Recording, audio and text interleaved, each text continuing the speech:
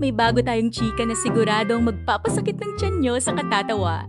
Alam nating lahat na gagawin ng mga kalalakihan ang lahat para sa libre, di ba? Pero pumatol sa bikini challenge para sa libreng krudo? Carry nyo ba yan? Flashback tayo sa isang nakakalokang eksena sa Samara, Russia.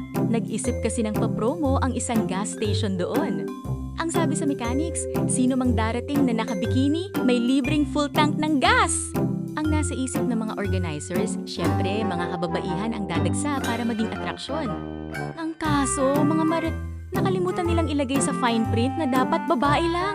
Ang nakasulat lang sa rules, anyone wearing a bikini. Hindi pinalampas ng mga wais at kuripot na barako ang pagkakataon. Imbis na mga naggagandahang dilag, dinaluhan ang gasolinahan ng mga lolo, tatay at mga tito na nakasuot ng maliliit na two-piece bikini. Ang iba talagang todo effort pa dahil naka-high heels at todo pose pa sa harap ng kamera habang kinakargahan ng mga kotse nila. Legally, walang nagawa ang gasolinahan kundi bigyan sila ng libreng gas dahil sumunod naman sila sa rules.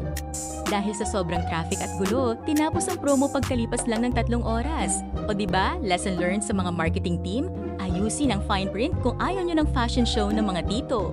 Kaya sa mga nagpapatakbo ng negosyo dyan, siguraduhing plansado ang mechanics nyo, kundi baka maging instant fashion show ng mga tito ang gasolinahan nyo.